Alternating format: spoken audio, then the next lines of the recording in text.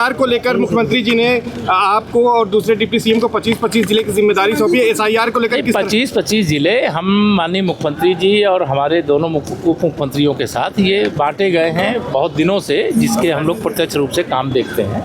तो यह जो जिम्मेदारी क्या है कि एसआईआर माने अगर हम राजनीति करते हैं और देश और प्रदेश की सबसे बड़ी पार्टी है और सबसे बड़ी पार्टी के नाते जब चुनाव आयोग के द्वारा मतदाता सूची के शुद्धिकरण का अभियान चल रहा है तो कोई मतदाता सूची शुद्धिकरण अभियान से वंचित ना रह जाए, इसके लिए अलग अलग जिलों की बैठकें लेने के लिए कहा गया है और हम लोग उसी के क्रम में प्रयागराज से शुरुआत करें। ममता बनर्जी का कहना है कि एसआईआर तुरंत बंद होना चाहिए क्योंकि उससे कई बीएलओ ने सुसाइड कर लिया, कई गायब हो गए। नहीं, मैं सारे बीएलओ भाई बहनों को यही कहूँगा कि न तो ममता बनर्जी जी के चक्कर में पड़े, ना अखिलेश यादव के चक्कर में पड़े, ना राहुल गांधी जी के चक्कर में पड़े और ना जो एसआईआर का विरोध कर रहे हैं उनके चक्कर में पड़े।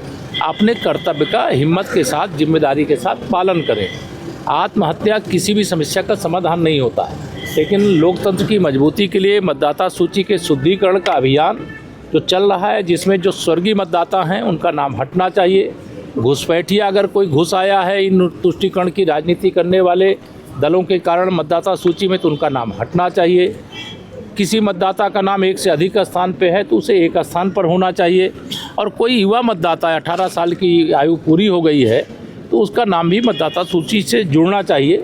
ये एक लोकतांत्रिक प्रक्रिया है, सदा होती रही है, लेकिन चूँकि भारतीय जनता पार्टी लगातार चुनाव में जीत रही है, अभी बिहार में ऐतिहासिक विजय हमारी फिर से हुई है और आगे जहाँ चुनाव होने वाले वहाँ भाजपा के जीतने की पूरी उम्मीद है। इससे ये विपक्षी बौखला करके उल्टे सीधे प्रलाप कर रहे हैं, जिसका जनता पर कोई असर नहीं। अच्छा, कांग्रेस ने कहा है कि अब जो है वो पंचायत चुनाव अकेले दम पर लड़ेगी। क्या सपा से कांग्रेस की समस्या है, वो अकेले लड़ने चाहे मिल के लड़ने, खिलेगा कमल। अच्छा सर, आज ने कहा है कि आरक्षण है तो वोट देने का अधिकार नहीं तो आरक्षण खत्म।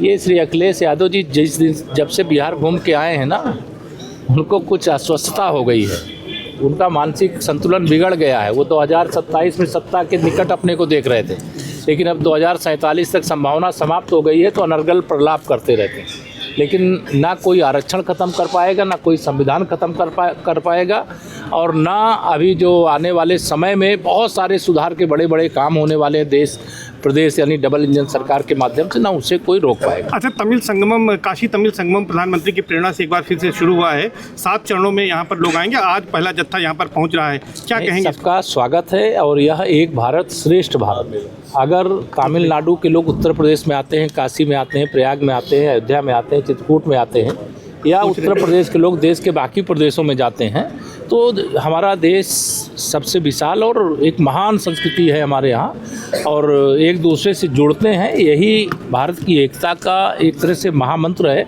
और माननीय प्रधानमंत्री जी ने यह लगभग सभी राज्यों को इस अभियान के अंतर्गत जोड़ा है। कहीं तमिलनाडु के लोग आते हैं, कहीं तमिलनाडु लोग जाते हैं, कहीं आंध्र जाते हैं, कहीं आंध्र के लोग आते हैं, कहीं तेलंगाना जाते हैं, तेलंगाना के लोग आते हैं। तो देश के अलग अलग राज्य एक दूसरे से वो MOU हुआ है, वहाँ आना जाना और ये सब प्रक्रिया चल रही है। अच्छा, माघ मेले की शुरुआत 3 जनवरी 2026 को पौष पूर्णिमा के पहले स्नान पर से होगी।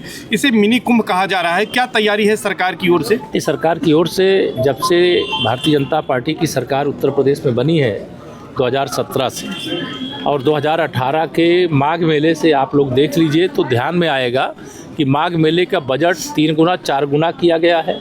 व्यवस्थाएं चुस्त दुरुस्त की गई हैं। जो कल्पवासी आए, तीर्थयात्री आए, स्नानार्थी आए, उनको लगता है कि यह प्रयागराज का माघ मेला कुंभ मेले की तरह है, कुंभ का मेला महाकुंभ की तरह।